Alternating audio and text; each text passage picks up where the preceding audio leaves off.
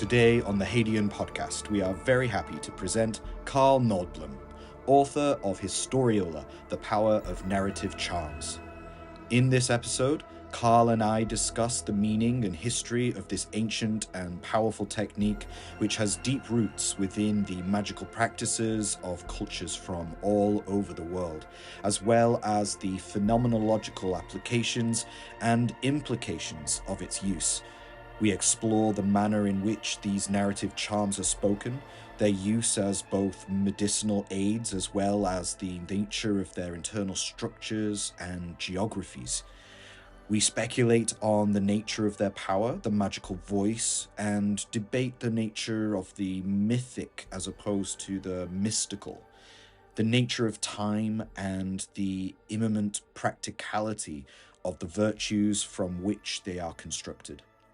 I am your host, Matt Hadfield, and it is with great pleasure that I welcome Carl Nordblom to the Hadean Press podcast. Hi, Carl. Welcome to the podcast. Hi, Matt. Good to be here today. Carl, could you introduce yourself and your background, maybe something of your tradition? Yeah. So my name is Carl Nordblom, and I am Swedish to begin with, but I currently live in the UK since maybe 7 years back. On day-to-day level, I work in an esoteric bookshop in London, but I'm also the author of this book, Historiola, The Power of the Narrative Charms, which has been published by Hadean. I'm mainly involved in sort of the tradition of traditional Scandinavian Norse folk magic, which is commonly referred to as trolldom. And I've been a long-term student and apprentice of a guy called Johannes Gårdbeck, who's a Swedish gentleman who has very much sort of collected and transmitted this traditional form of folk magic into the modern period, you could say. He has brought out many of these kind of courses, and he's keeping the tradition quite active at the moment and has a lot of students and so on. But I've been lucky enough to be an apprentice with him, and I'm currently also working sort of part-time professionally as a practitioner within that fold, you could say.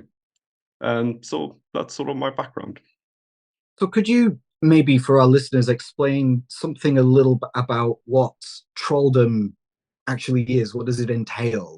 What distinguishes it from other branches of magical practice? Yeah, that's a good question. I suppose when you're in a tradition, you don't think about these things that much, really. I guess all types of magical practice, magical culture, is informed by their locality, is formed by the place and the time and the context and the nature and so on and so forth in which they are practiced. And the uniqueness, I suppose, of the what we call the trolldom tradition is that it is highly informed by Scandinavian nature, by Scandinavian culture, by the things that people have needed and sought out and communicated and been in relationality within nature, among the farms and so on and so forth. So it has that flavor, which comes about by being in a relationship with the land, with the spirits, with the wants and needs, and maybe sometimes the problems that come up in those kind of situations. So I think it has a lot of the same kind of methods in many ways that you can find in North European folk magic, even South European folk magic, and so on. But it definitely has a specific kind of flavor, and that is highly informed by its context. It's difficult for me to say, really, but yeah, it's a unique thing, and it's still alive as well.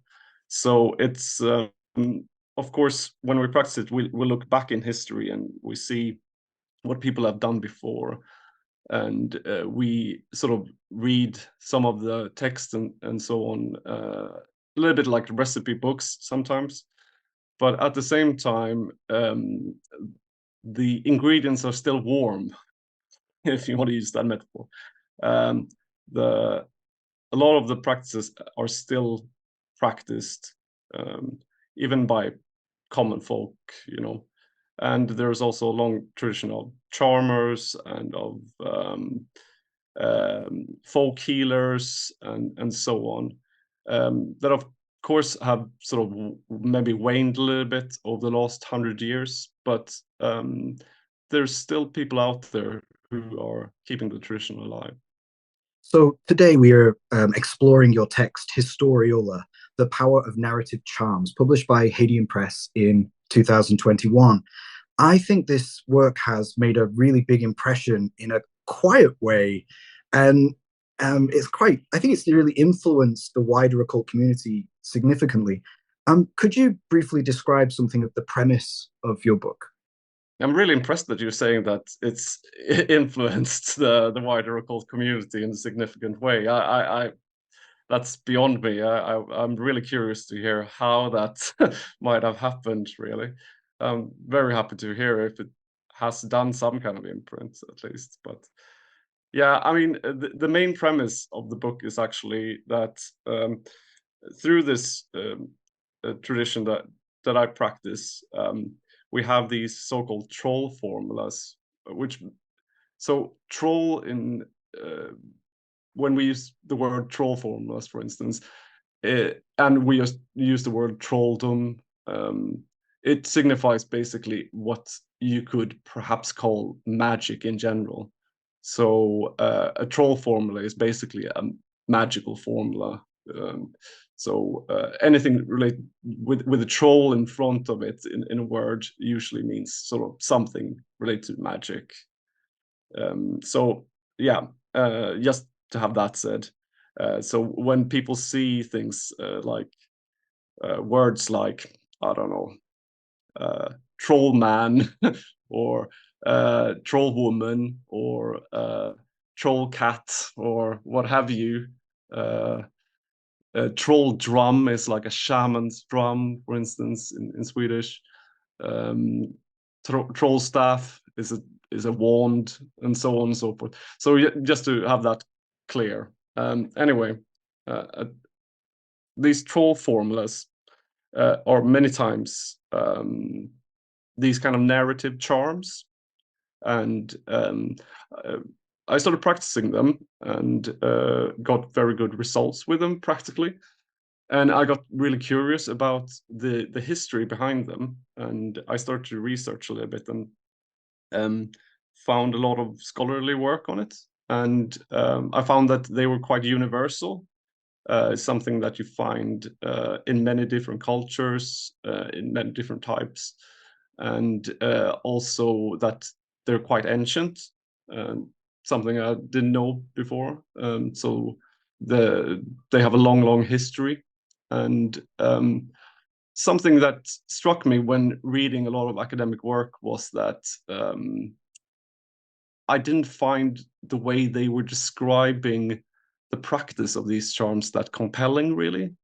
They usually used kind of modern philosophical linguistic interpretations, which I found a little bit lacking. And I was compelled to write something that came more from a practitioner's point of view, but also exploring maybe the phenomenological aspects of these charms. So that's sort of the main premise. I think also that so it's kind of an exploration of this type of incantations that are called today historiola, narrative charms. But it's also one of the main premises of it is to explore a different kind of way of thinking about magic that you don't really see that often, which is phenomenological in one sense, and is rooted in practice, but also kind of a critique in a way of presumed ideas around what you could call sympathetic magic, I suppose.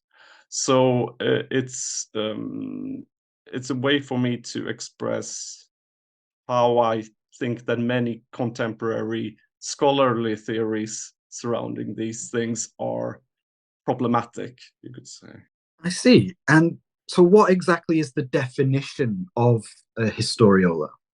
I think the main definition of the historiola is a brief narrative charm, basically, as a short story that has a magical function in one way or another. So it's constructed like a narrative. It's usually in a past sense.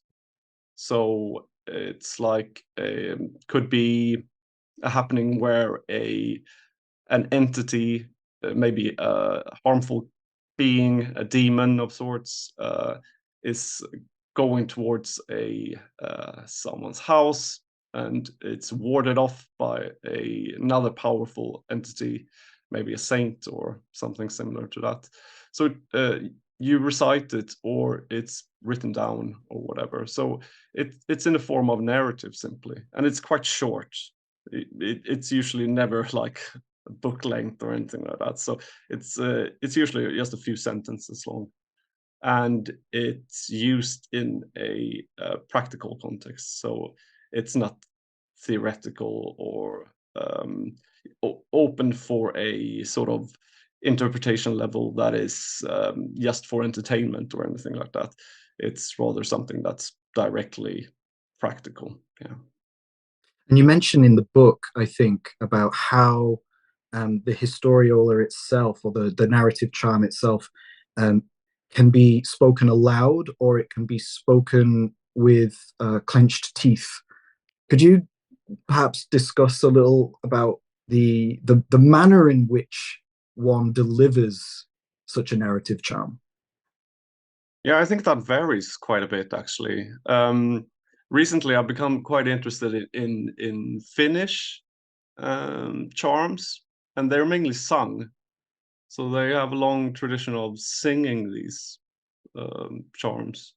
They're a bit longer actually, and they're really beautiful as well, and and quite elaborate.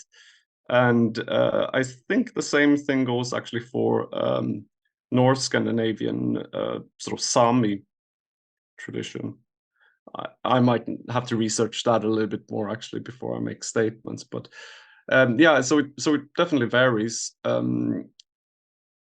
Traditionally, we in the sort of South Scandinavian tradition, we would either sort of mutter them, or we would uh, do them with clenched teeth.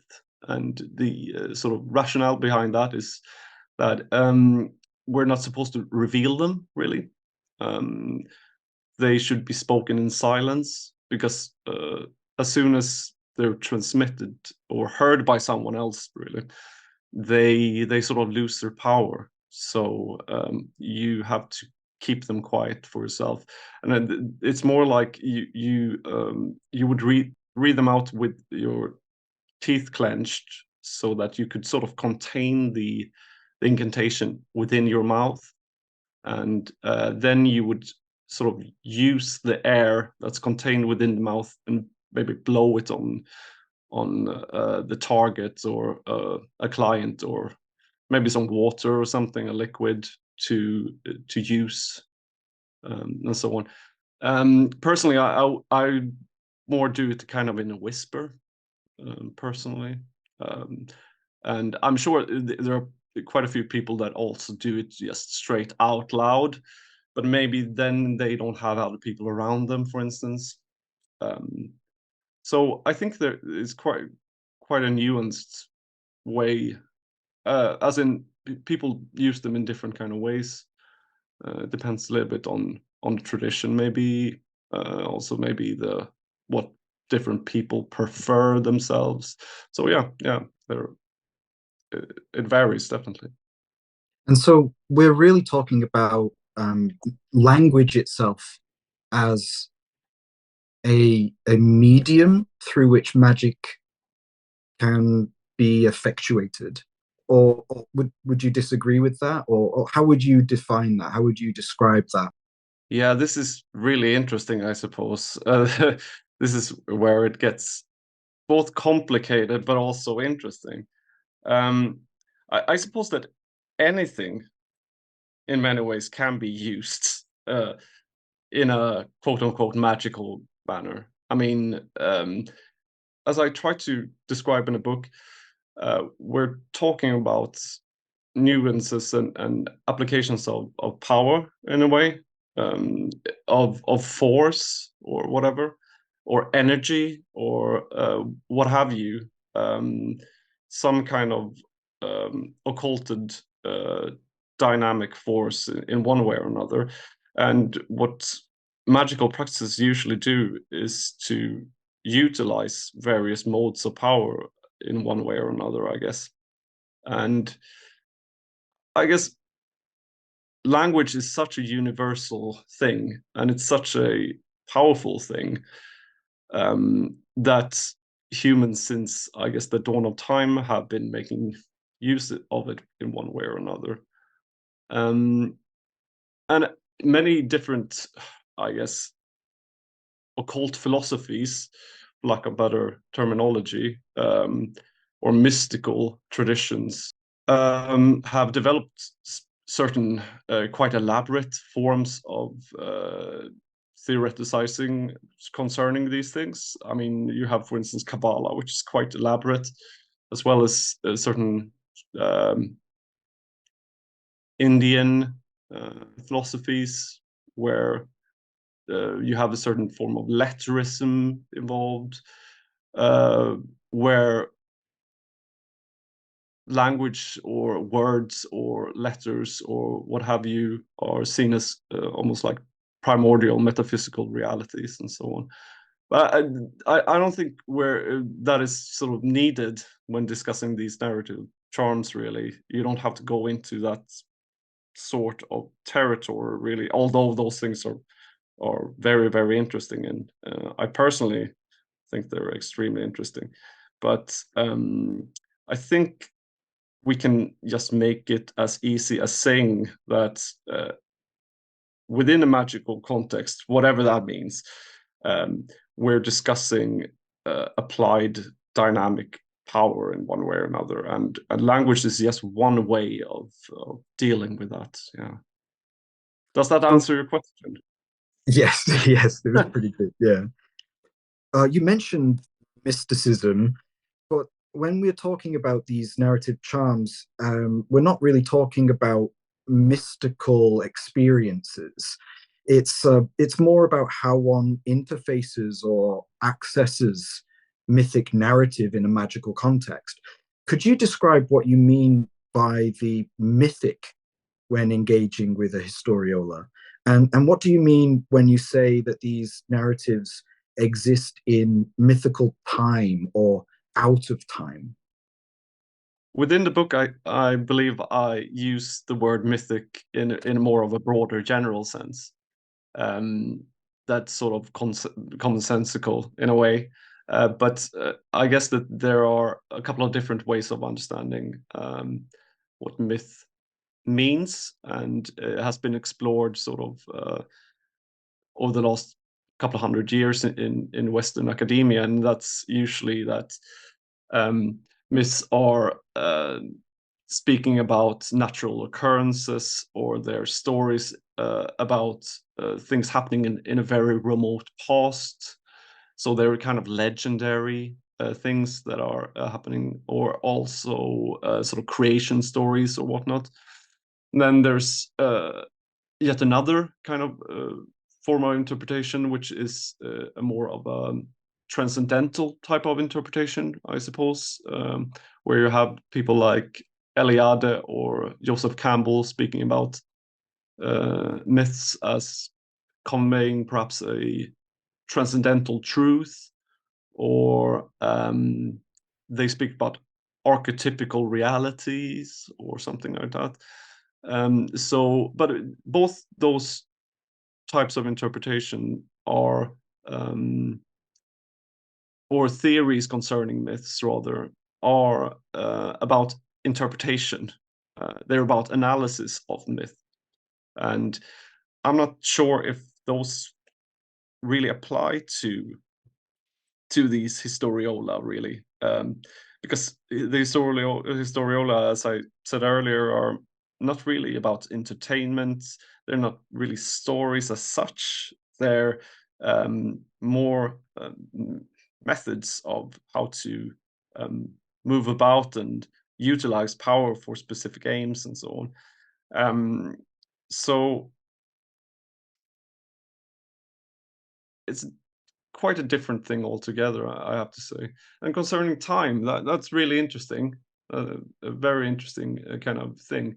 And I try my best to rather speak about maybe the immanent aspects of these charms, these narratives, rather than the transcendental aspects of them.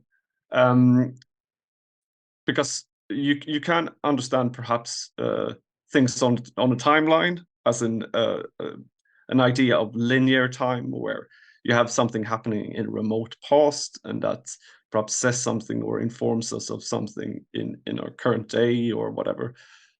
But that's quite an odd way of looking at time, I think, and it sounds to me more like a fabrication. And I do wonder if anyone ever has actually understood time like that. I think that folks in all ages and cultures have more either related to time more as a cluster, perhaps, of the past and the present and maybe the future being available to them all the time. Sort of overlaying each other, or maybe more related to it through an aspect of cyclical time, or perhaps time as a movement that goes that manifests and then disintegrates or something like that, as in kind of a wave or whatever. Anyway, this goes into sort of deep territory about like the philosophy of time, I guess. But what I'm trying to say is that I don't think it's necessary to talk about the narratives expressed in the narrative charms as something either transcendental or taking place in a long distant remote past, but rather what's really interesting about them is their immanent aspects, that they relate to something, or they are perceived of as taking place here and now, not in some place beyond time or outside of time, or in a timeline way back or whatever. Yeah. And to that point, you also mentioned this notion that each historiola possesses a internal geography and a locality. And could you elaborate on that further? I think that's something that mainly came up to me when approaching these practically, or for my own sort of practice, but also it really expresses more my idea of exploring them from this kind of phenomenological lens of what happens when we actually perceive the narratives in a direct manner. So when we investigate them personally, what actually happens within the narratives, how can we visualize them?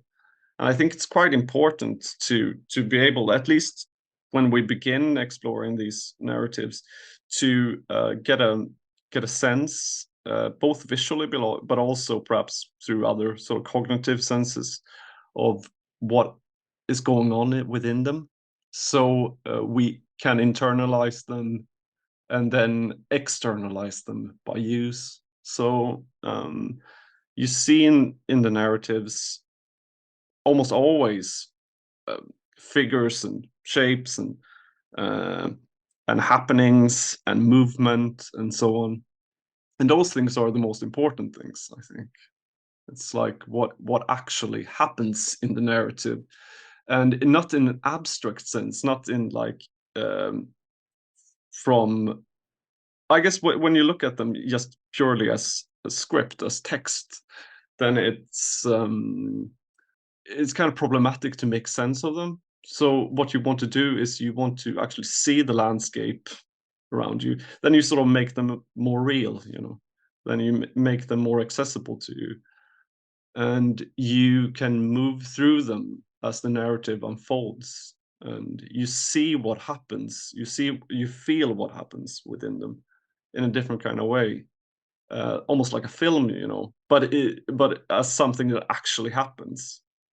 So you use your internal imagination, you could say, to produce a true and real movement of that you can then utilize within a particular kind of setting, you know.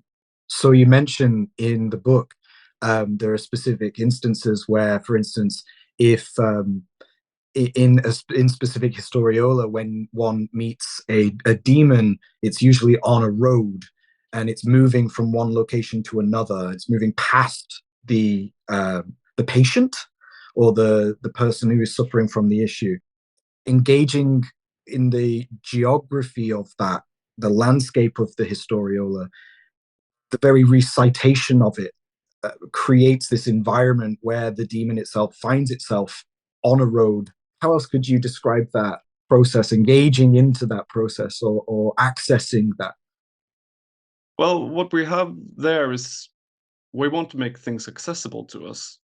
As human beings, we need to have frameworks to use so that we can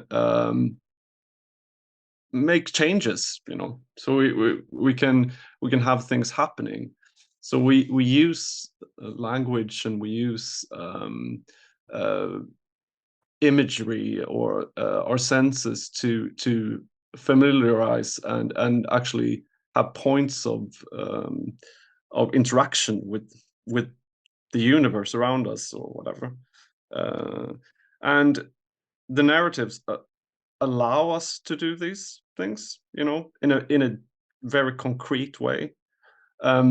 So, for instance, I think something really, really interesting going on within banishings, for instance, within these historiola, like it's a very kind of common trope in the Scandinavian narrative charms, is that you banish evil spirits or personifications of illnesses, or maybe the evil eye, or what have you. Envy is common thing, or anything bad, to a remote location. It's usually like a mountain where no one lives on, or a river where no one has a boat, or things like that.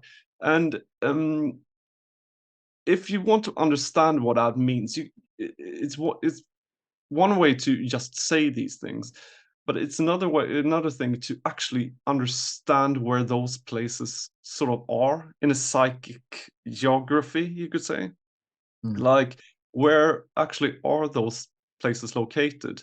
I know the Norwegians always say like Dovrefjell. That's like a mountain range really, really far up north in Norway, where they think that giants and trolls and such live.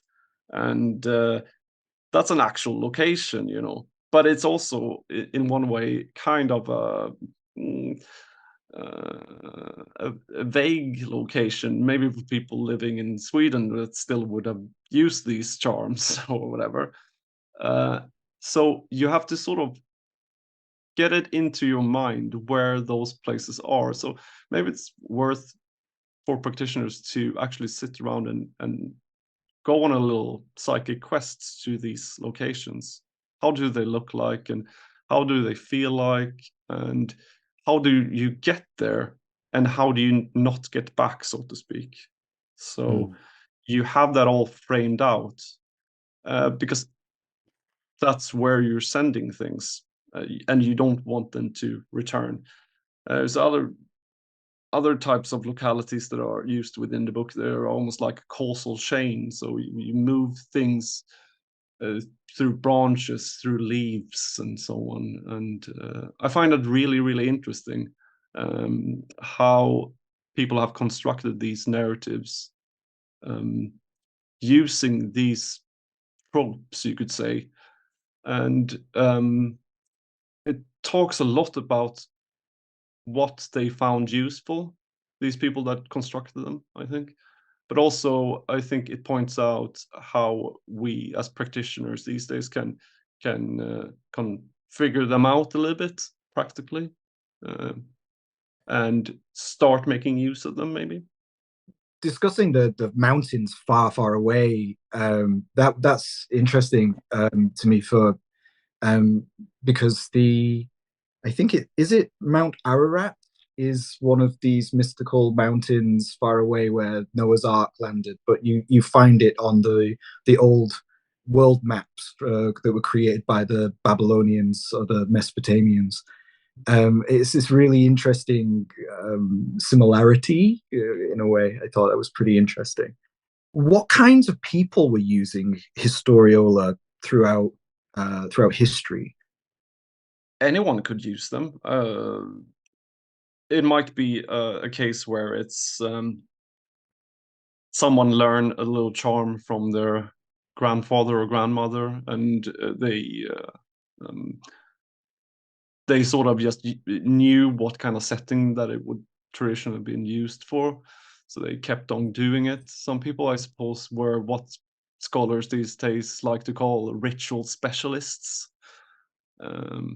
You know, people in specific cultural contexts that have this as a profession or a semi-profession.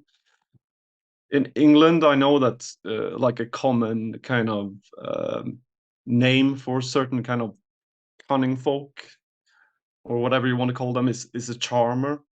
So I would guess some of those folks had maybe a few charms, or maybe one charm that they have tried and tested.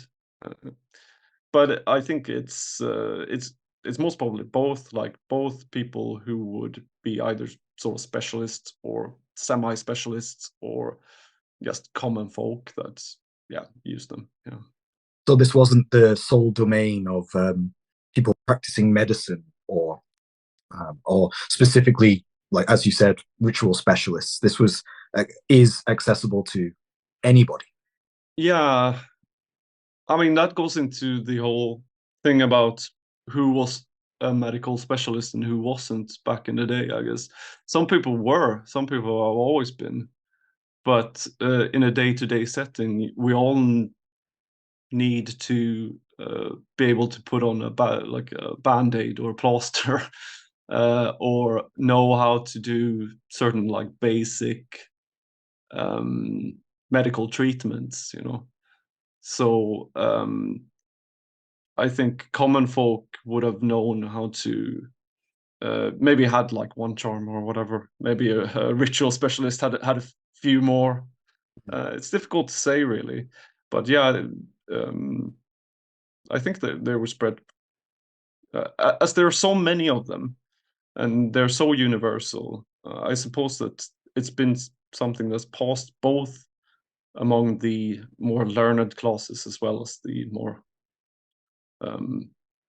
common folk, or whatever you want to call it. I ask because there are a lot of instances where these historiola are used for headaches, toothaches, or even in one instance, helping to cure piles. So there seems to be a lot of medical applications for them. Could you give us an example of another historiola which doesn't focus on medical, like a medical need? I suppose the reason why you find it applied to so many medical needs is because what we these days call magic, I suppose, it has been so highly linked to or to healing, to medicine. This is what people have needed, quote unquote, magic for. It's a form of healing art, in many ways.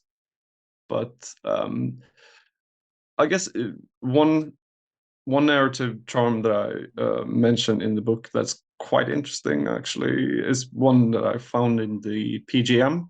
That's kind of this slightly aggressive Jewish love spell, which I found really interesting, where the practitioner calls on the fire and brimstone that came down on Sodom and Gomorrah, and that's that's quite something when you read it. And it's a very aggressive love spell, and yeah, that's an interesting instance where you use the historiola for some other kind of means. It's more of an like the historiola that you find that are dealing more with taking away bad things and so on is more about, yeah, exactly, taking away something. It's more about removing something, an exorcism of sorts. So the movement of the historiola, the narrative, functions more as a way of, yeah, taking away bad things. But here is more a matter of an amplification, bringing on something, which is really interesting. So another example in your book is a very short historiola about a wolf being finding food and drinking water, and that's it. It's very simple. It's just the wolf ate some food and drank some water. Despite its brevity, it's entirely about action. It's entirely about movement, and it's about, I guess, bringing sustenance or bringing those like basic necessities of food and water to the individual reciting the historiola. yeah, I think I used that one as a particular example of the idea of how to analyze the sort of internal logic of the historiola. That actually what we are mainly interested in when using these is to make a certain kind of force accessible to us, or a certain kind of movement accessible to us, which we then can apply in a certain circumstance. So I think one way of looking at that particular example with the wolf is that we want to, because what it has been used for is to help out with digestion. So what we actually are aiming to evoke in a way, or make accessible to us, is this digestive process of the wolf. That wolves are somehow able to eat a lot of things and digest them very well. So what we're actually trying to call on here, to make possible, is this same power that the wolf has to digest, and then we transfer that to a client, to a person in need of that same force, you could say. So you mentioned that there is a high sense of inventiveness and creativity that went into the construction of these charms. Could you describe what these elements are and what makes a successful charm? I think anything can be a successful charm, really. That's the thing. Like nature, the universe is just full of potentialities when it comes to these things, and that's something that I've been so impressed by looking at many different charms, many different narratives, is the sort of in fantastic way in which people have been so extremely precise in what sort of imagery they're using. One very simple thing that I found in a charm, I'm not certain, I can't remember exactly which one it is in the book now, but it just ends with the line "lock and key." I thought to myself when reading that how absolutely incredible just such a short strophe is actually when looking into what it means. You know, what does it feel to put in a key in a lock and turn it? You know, that is a finalization of something. But it's you seal something up, you make it complete, you stop something, you're able to bind something, contain it, so that it's made stable, clear, real. And when you actually think about the historiola and charms and incantations in this general sense, that it's actually not just abstract language, it tries to point your mind into a certain direction, then these narratives start to unravel in very different way. They become, you know, lived realities in a not just like purely fantastical way, but in a very concrete way. And that's what's so interesting about them.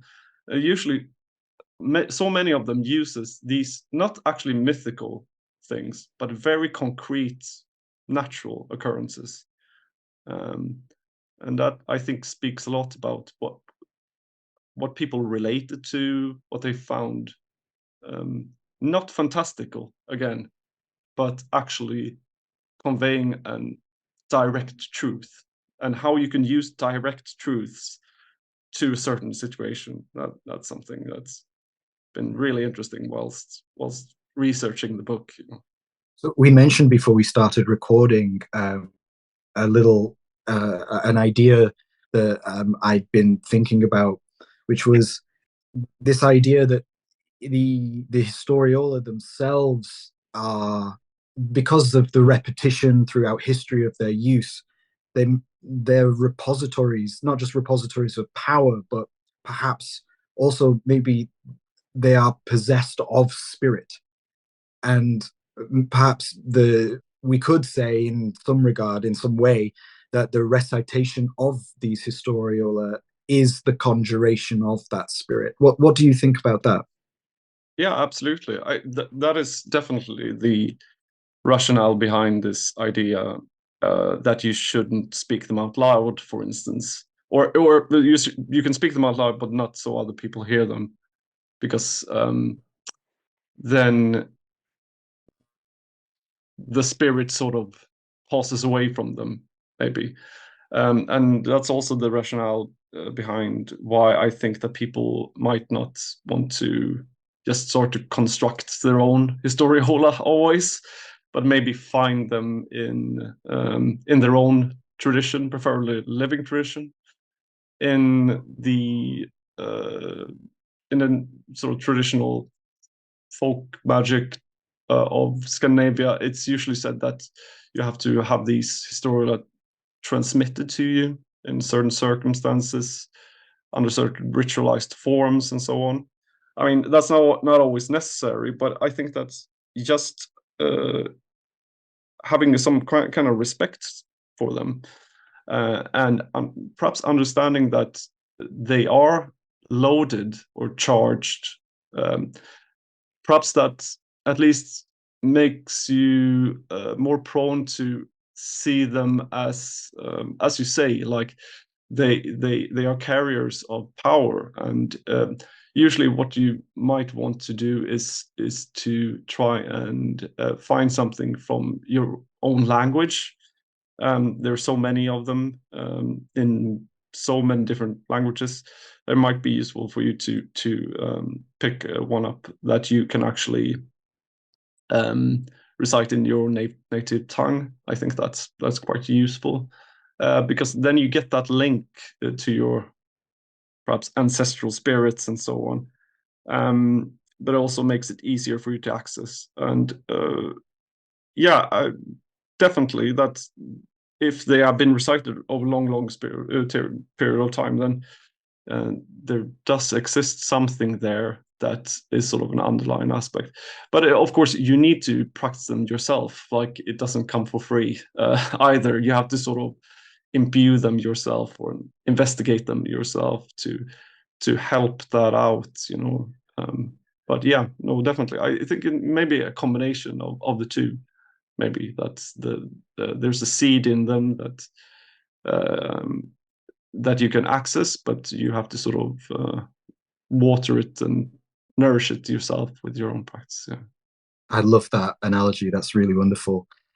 So, Carl, what do you hope readers of your book will be able to take away?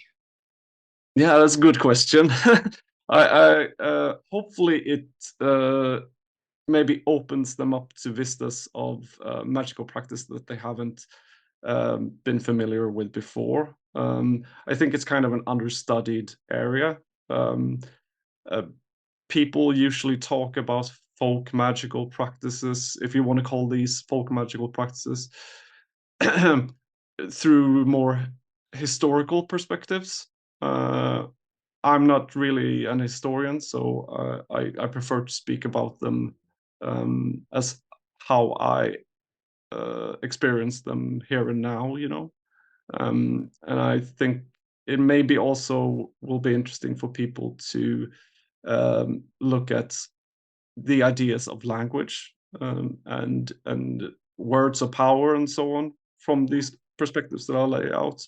Yeah, and hopefully, actually, it might spur some interest in charms and incantations from people's own traditions. And you can see maybe a revitalization of these practices in other cultures, not just Scandinavian folk magic or whatever. But I mean, there's such a huge variety of these charms that it would be fantastic to see or hear from people who have started to make use of them in their own native traditions. Excellent. And finally, what are you most interested in or obsessed with at the moment? Is there anything you'd like to share? Maybe an upcoming project or something that you're researching at the moment? Actually, my main sort of my main interest is actually in sort of Indian philosophy, which might sound strange to some people, as I've been writing this book about Scandinavian folk magic or whatever. So my main sort of interest is actually in like meditation and such. But that's something that I have no interest of writing anything on, because it's I'm not really I don't really have the skills to write anything good on any of those topics really. But there's one sort of practice, another practice you can say in traditional trolldom that I've started to become very interested in, and I think is very understudied from a contemporary practitioner's point of view, that I might write something about if I get the time. So, but I'm not going to tell too much about that because it's still just sort of ideas that I have. But hopefully, if the gods are good to me, then they will bless me with some time, and hopefully you can see something being published in some type of future. Yeah. And where can our listeners find you online? I don't really have a presence as such. I have a Facebook page, but I mainly use it for work. I have a page on the rootdoctor.se. That's Johannes Gårdbeck's page, where we offer sort of help to clients within this field of sort of folk healing and folk magic. That's not really anything related to this work as an author of this book, but it's more like we're actually doing more traditional folk healing for folks.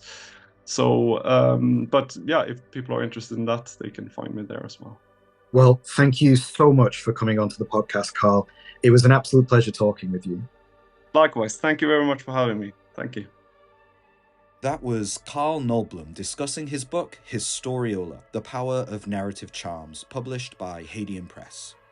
Since I became aware of Historiola in academic papers and then reading Carl's book in August of last year, I have become increasingly interested in exploring this subject in my own practice, and have begun noticing examples of these narrative charms dotted throughout the texts of the PGM, as well as potential examples from the grimoire tradition.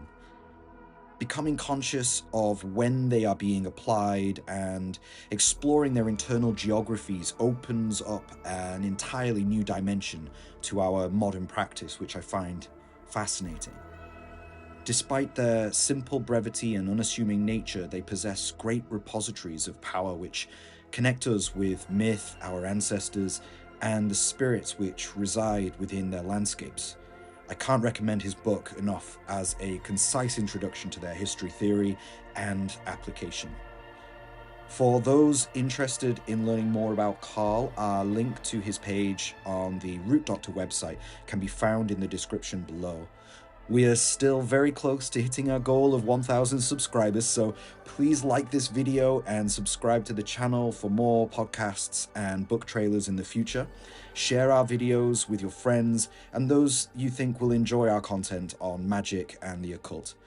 Finally, if you haven't already, please check out our trailer for Night School Volume 2 by Jake Stratton Kent, which is currently in pre-order.